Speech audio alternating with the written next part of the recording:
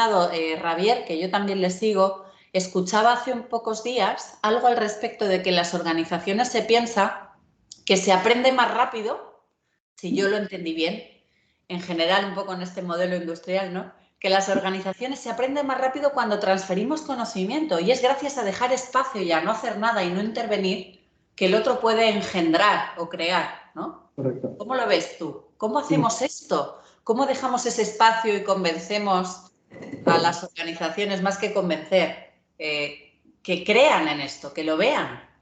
Creo que lo primero es que la organización tenga definido cuál es su vocación. ¿Es una vocación de innovación o de mejora continua? ¿A qué me refiero? Mejora continua es lo mismo que tenemos, eficientarlo, hacerlo más rápido o hacerlo más barato. ¿En cómo le vamos a hacer para esto? Es a partir de cosas que ya hacemos, buscar pequeñas acciones que nos lleven a eso, a que nos cueste menos, ya sea buscar un nuevo proveedor, buscar un nuevo proceso a través del cual hacer las cosas, ese que me cueste menos, o hacerlo más rápido, por ejemplo. Bueno, eso es con la mejora continua famosa y eso es lo que más abunda.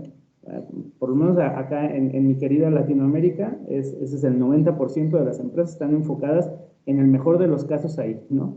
¿Qué más implica eso? Replicar buenas prácticas de otras. Entonces, todo esto, normalmente, la réplica te requiere la transferencia. Es cómo lo están haciendo en la acera de enfrente. ¿Cómo lo está haciendo mi competencia? Voy, veo, copio y lo traigo para acá. Entonces, eso es transferencia y es rápido, como decías. Ahora, si yo quiero saber qué pequeñas acciones me van a eficientar el proceso, y sobre todo si son acciones que nadie más está haciendo, entonces eso me lleva a engendrar, porque no lo puedo copiar, no lo puedo googlear, por así decirlo. La respuesta no está allá afuera, tenemos que producirla acá. Entonces, cuando llegamos ahí, por fuerza necesitamos el famoso engendramiento, y para producir el engendramiento, ya dijimos, si queremos usar el paradigma de la transferencia, nos lo va a bloquear, lo va a inhibir. Necesitamos otro tipo de ambientes que permitan que aflore la capacidad de integración tácita de la que hablas para que se produzca el engendramiento. Ahora, esto es en la mejora continua. Cuando entras a la innovación, ahí no hay más. La innovación es hacer algo que nadie más ha hecho. Entonces, ahí, por definición, no puedes usar la transferencia. No puedes copiar a nadie.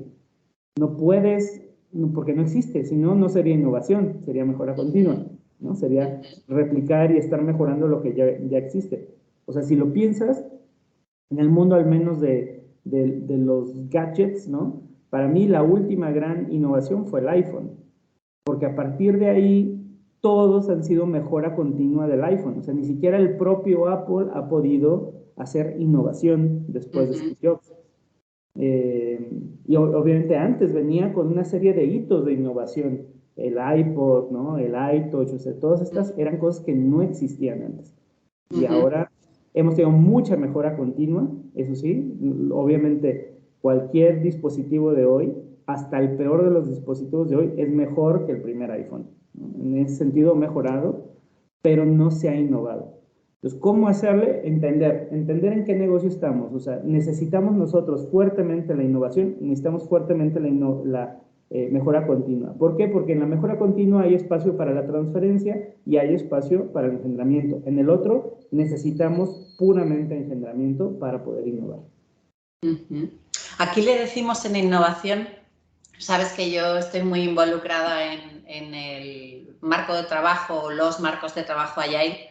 Y cuando hablamos de innovación, distinguimos entre innovación incremental o innovación disruptiva, que tiene que ver un poco con la distinción que has hecho de mejora continua. Tiene más que ver con cómo seguir optimizando, ¿no?, lo que ya tenemos, o cómo de repente tenemos que parar y tenemos que repensar porque vamos a romper, digamos, la idea más unido a creatividad, engendramiento, ¿no? Creatividad da continuidad, engendramiento no. Al revés, engendramiento da continuidad y crear parte de cero, ¿no?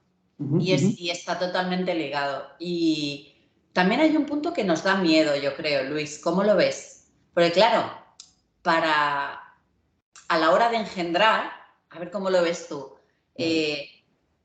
o crear mismamente, me da igual el punto de madurez o de distancia. Al final uno se tiene que mirar dentro y se tiene que hacer responsable y comprometerse. Entonces, ¿cómo ves esto tú, por ejemplo, llevado al plano de los equipos cuando hablamos de engendrar nuevas acciones? Has hablado de liderazgo, has hablado de cultura, has hablado de algunos valores que trabajando en equipos tienen que estar ahí. ¿Cómo hacemos esto? Porque claro, tenemos herramientas y tenemos muchas directrices, pero también el sistema, entendiendo como sistema el patrón de la cultura organizacional en el que ese equipo está, ¿cómo trabajamos esto? ¿Por qué nos da a veces tanto miedo mirarnos dentro y decir, venga, vamos a crear o vamos a engendrar? ¿Qué necesitamos para entrenar esto? Yo creo que volvemos al primer punto que platicábamos, Sil, de como hemos estado tan acostumbrados a vivir en el paradigma de la transferencia, esperamos que todo sea resuelto a partir de la transferencia.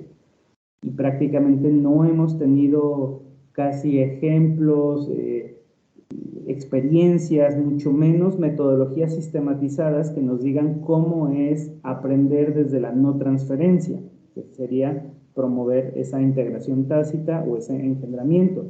Entonces, cuando estamos en empresas y requerimos resolver problemas, mi percepción es que la mayor parte de los líderes y gerentes ven todos los problemas como si todos los problemas fueran iguales, en el sentido de que caben, no los puedes categorizar, caben dentro del mismo texto y todos es a través de decirle a la gente qué hacer, ¿no? Dar instrucciones. Fíjate, te comparto que estoy en proceso de... Me interesó ver cómo ve la Universidad de Harvard el tema del liderazgo, ¿no? Siempre he escuchado, pues, o creo que todos hemos escuchado de los mejores comentarios sobre esta universidad y todas las Ivy League.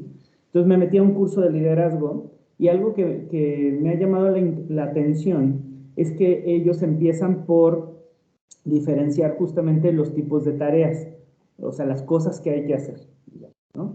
Dice que básicamente que hay tareas técnicas, si no estoy recordando mal el concepto, y me parece que el otro le llaman, voy a inventar ese sí, pero que es como tareas contingentes. Entonces las tareas técnicas son todas esas tareas que alguien ya sabe cómo resolverlas, ¿no? Que ya existe un manual, un procedimiento, o sea, ya existe la forma, no hay que generar la forma, y lo único que uno tiene que hacer ahí es gerenciar, o to manage, dicen ellos, ¿no? Entonces, distinguen la labor del líder entre tareas técnicas donde lo único que hay que hacer es asegurarte que se está cumpliendo al pie de la regla, muy norteamericano además, ¿no? El manual o el procedimiento de cómo hacerlo, tal cual, como si fueras un project manager, ¿no?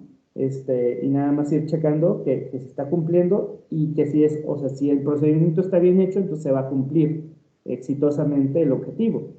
Pero dice, luego están las otras tareas que no tienen eso, que son, por lo tanto, lo llamaba contingentes. Es algo que nos acaba de surgir y no tenemos un procedimiento para ello.